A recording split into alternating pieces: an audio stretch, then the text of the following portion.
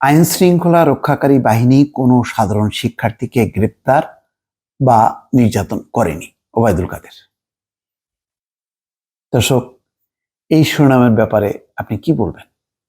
মানে রীতিমতো হতভম্ব হওয়া ছাড়া আর কিচ্ছু করার থাকবে না।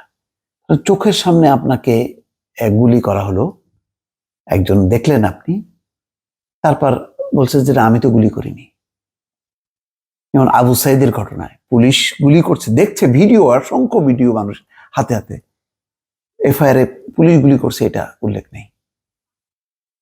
তো অনেকটা সেরকম দেখেন, আইন শৃঙ্খলা রক্ষাকারী বাহিনী কোনো সাধারণ শিক্ষার্থীকে গ্রেপ্তার নির্যাতন করেনি। আচ্ছা, আজকেই যে লাঠিচার্জ করা হলো, আজকেরই যেই কর্মসূচি ছিল, অনেকগুলো পয়েন্টে কতজনকে গ্রেপ্তার করা হলো? এখন পর্যন্ত 25-30 জনের মতো নাম এসছে। আর কোথায় লাঠিচার্জ করেনি, কোথায় নির্যাতনের শিকার হয়নি?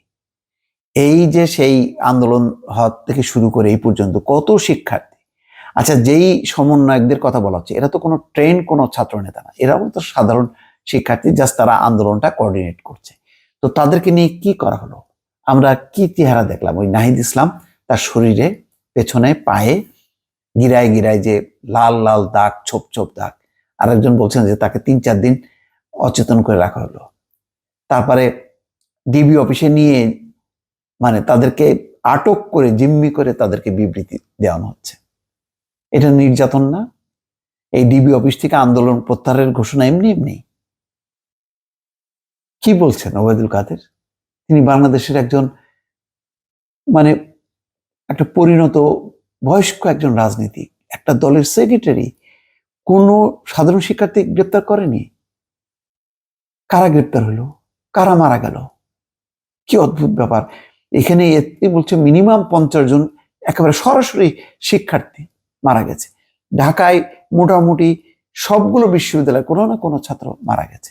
সেই নামগুলি আসছে, আহাজারি হচ্ছে, তাদেরকে নিয়ে মানবিক স্টোরি হচ্ছে।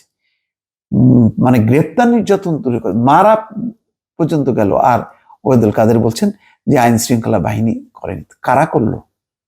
কারা করলো? আইন শৃঙ্খলা রক্ষাকারী বাহিনী কোনো সাধারণ শিক্ষার্থীকে গ্রেপ্তার বা নির্যাতন করেনি বলে দাবি করেছেন আওয়ামী লীগের সাধারণ সম্পাদক ওবায়দুল কাদের।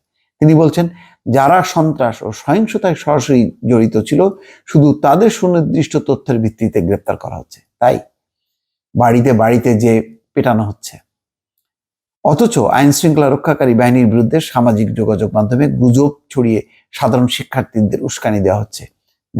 আমরা দেখি নাই কার্নিশে যে ওই যে লুকানোর চেষ্টা করছিল তাকে কিভাবে গুলি করা হয়েছে? তারপরে টেনে হেসড়ে নিয়ে যাচ্ছিল এক মানে আহত, তাকে কিভাবে গুলি করা হলো? আবু সাইদকে কিভাবে গুলি করা হলো? এগুলি গুজব, এই ভিডিওগুলো মিথ্যা। সোমবার আওয়ামী লীগের দপ্তর সম্পাদক বিপ্লব বড়ুয়ার সই করা গণমাধ্যমে পাঠানো এক সংবাদ বিবৃতিতে একথা বলেন ওবায়দুল কাদের। বিবৃতিতে ওবায়দুল কাদের বলেন, সাইবার সন্ত্রাসীরা আন্তর্জাতিক গণমাধ্যমে ভুল তথ্য ও ভুয়া ছবি পাঠিয়ে দেশের বিরুদ্ধে অপপ্রচার চালাচ্ছে। অপপ্রচার। তাহলে এতজন মারা গেল যে, এটাও অপপ্রচার।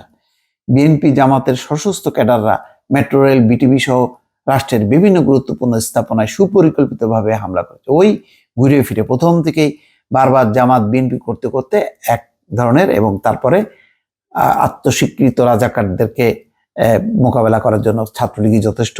যেভাবে নামানো হলো, সেই দায় দায়িত্ব স্বীকার করছেন না। কিভাবে একটা শান্তিপূর্ণ আন্দোলনটাকে সহিংসতার দিকে ঠেলে দেওয়া হলো। তিনি আরো বলেন, আমরা সুস্পষ্টভাবে বলতে চাই, যারা ইতিহাসের ন্যাক্কারজনক ধ্বংসযোগ্য হত্যাকাণ্ডের সঙ্গে জড়িত তাদের সকলকে আইনের আওতায় আনা হবে।